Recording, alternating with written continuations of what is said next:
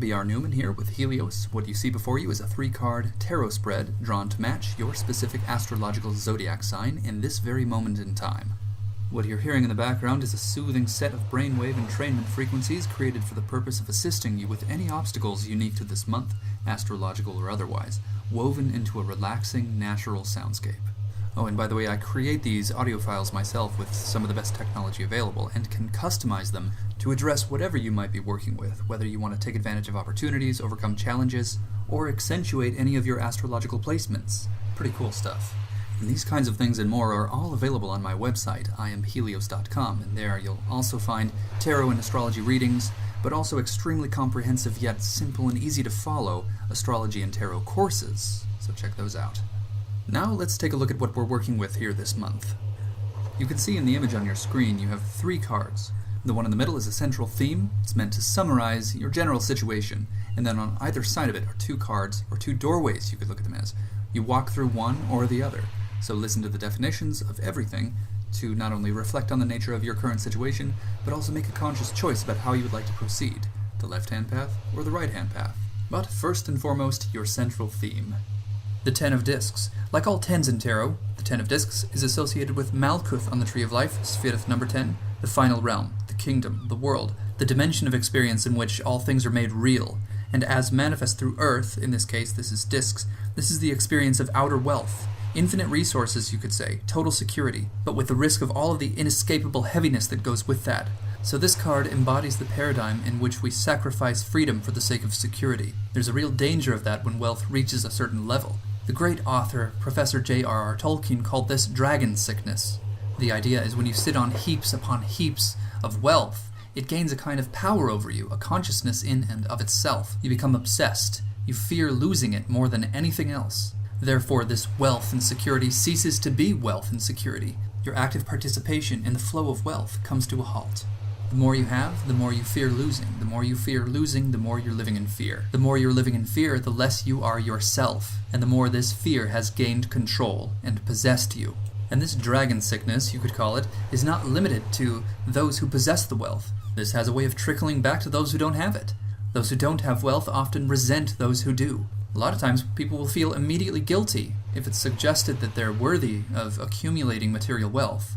So this card warns you to guard against this whole spectrum, whether you have it or whether you don't. You might in fact be harboring judgments that are stifling your natural growth, if this might be the case.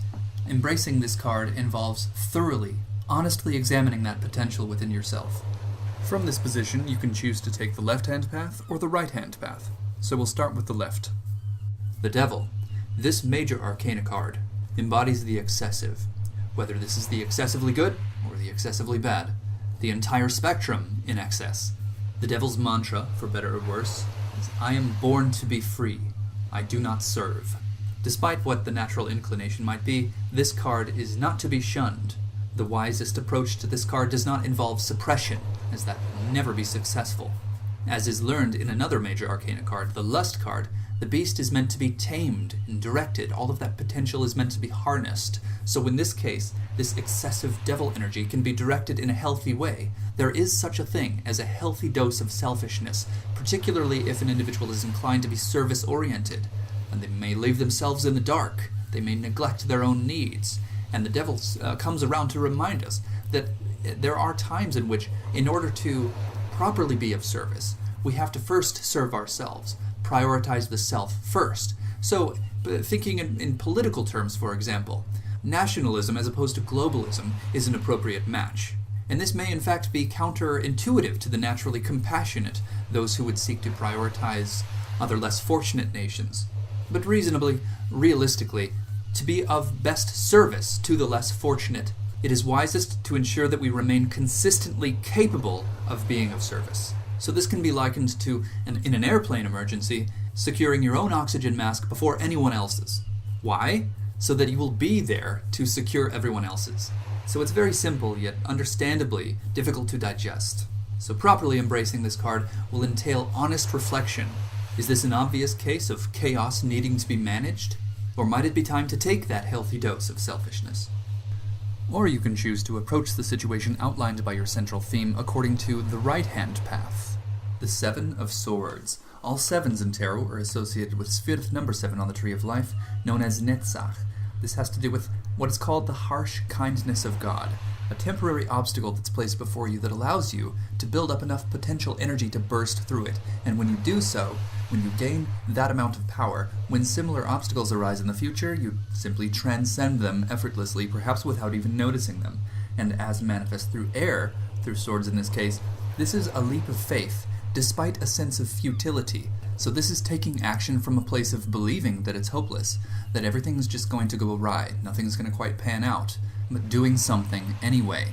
It's important to note that it may not be true that it is hopeless. There's merely the sense of it, a sense of hopelessness and futility, but action taken from that place has to involve a great deal of faith, and a faith of this quality does often bring with it its own set of rewards. And that concludes this month's complimentary tarot reading. Of course, to get truly serious, very specific, in the most useful way possible, you're going to want to contact me for a tarot reading, for an astrology reading, or a tarot-astrology fusion reading. You'll be so glad you did. You can subscribe to my YouTube channel and explore other videos I might have that are relevant to this month. You can subscribe to my website to receive updates, special deals, and freebies as well. I hope you have a really great month. Thank you so much for watching.